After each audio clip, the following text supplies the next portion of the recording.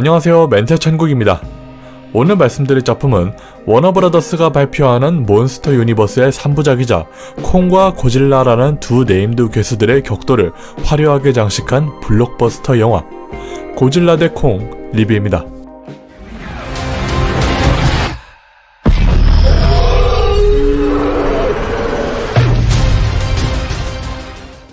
영화 고질라 대 콩은 몬스터 유니버스 3부작의 마지막 작품으로 콩 스컬 아일랜드와 고질라 킹 오브 몬스터의 빌드업을 어떻게 완성시킬 것인지에 대한 기대 반 걱정 반이 특히나 컸던 영화였습니다. 콩 스컬 아일랜드는 세계관 구축을 시작하였고 고질라 킹 오브 몬스터에서는 본격적으로 여러 괴수들을 출연시키며 전체적인 틀을 갖춰냈음은 물론 괴수 영화의 참맛이 무엇인지 느낄 수 있는 CG와 박진감 넘치는 액션이 큰 장점이었는데요. 하지만 이 두 영화에서는 정말 치명적인 문제점이 존재했었는데 바로 전혀 공감되지도 않고 흥미롭지도 않았던 인간 스토리의 서사였습니다. 몬스터들이 우글거리는 세계관 속에서 어떻게든 살아보려는 미개한 인간들이 이들을 적대시할 것인지 우호적 관계를 유지할 것인지를 두고 갈등하며 대립하는 현실적인 주제는 정말 마음에 들었지만 이것을 묘사하는 방식은 나쁘게 말해서 동물들만도 못한 논리로 무작정 밀고 나가버리는 게 대부분이었기 때문에 모든 팬들은 마지막 작품인 고질라 대 콩이 기대 반 걱정 반일 수밖에 없었을 것입니다. 특히 고질라 킹오머는 진짜 다시 생각해도 스토리가 여튼 이러한 단점들을 고질라 대 콩은 어떤 식으로 극복하고 더 나은 전개를 선택했는지 보려고 합니다. 그럼 리뷰 제대로 시작해보죠.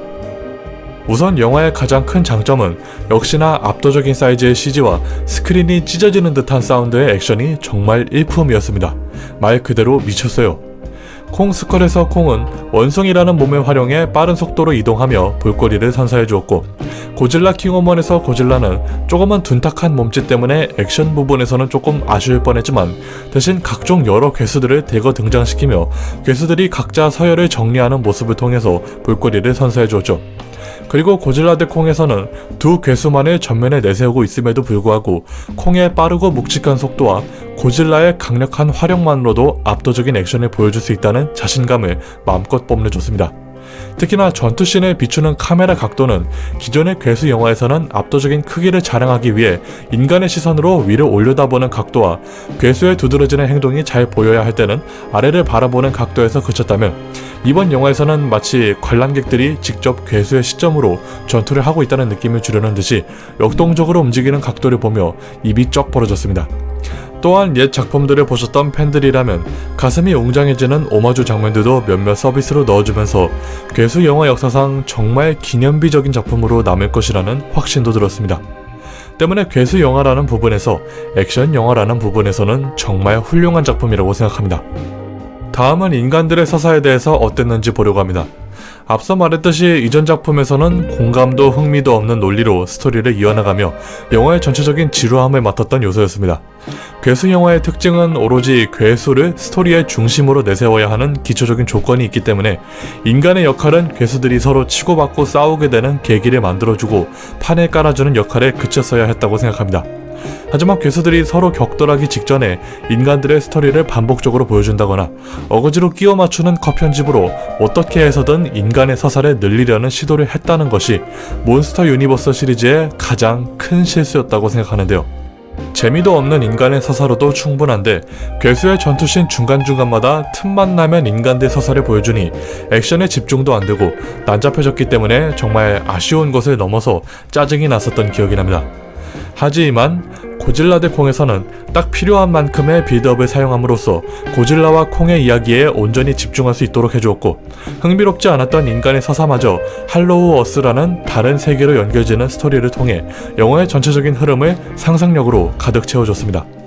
영화 속 인간은 콩을 고향으로 돌려보내려는 네이선 일행과 고질라가 분노한 이유를 파헤치려는 메디슨 일행을 주로 다루고 있는데요. 물론 믿을 수 없는 인간들의 용기와 말도 안 될 정도로 쉽게 뚫리는 최첨단 보안시설에 관해서는 개연성의 문제부터 유치하거나 억지스러운 감이 분명했지만 전작에서 보여줬던 논리에 비하면 충분히 개연성에 가져줬습니다.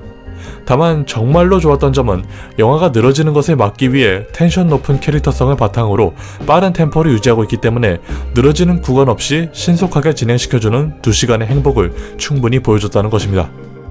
이처럼 전투씬에서는 오직 괴수에만 집중할 수 있도록 만들어주고 그 사이에서 도움을 주려는 인간들을 서브로 자연스럽게 녹아내면서 괴수 영화로서의 정점은 극대화시키고 텐션 높은 인간들의 서사를 빠르고 최소한으로 깔끔하게 보여주는 점에서도 단점들을 축소시키려는 노력을 통해서 같은 주제의 영화도 어떤 감독이 만드냐에 따라 달라지는지를 제대로 보여준 잭 스나이더의 저스티스 리그가 본보기처럼 적용되었습니다.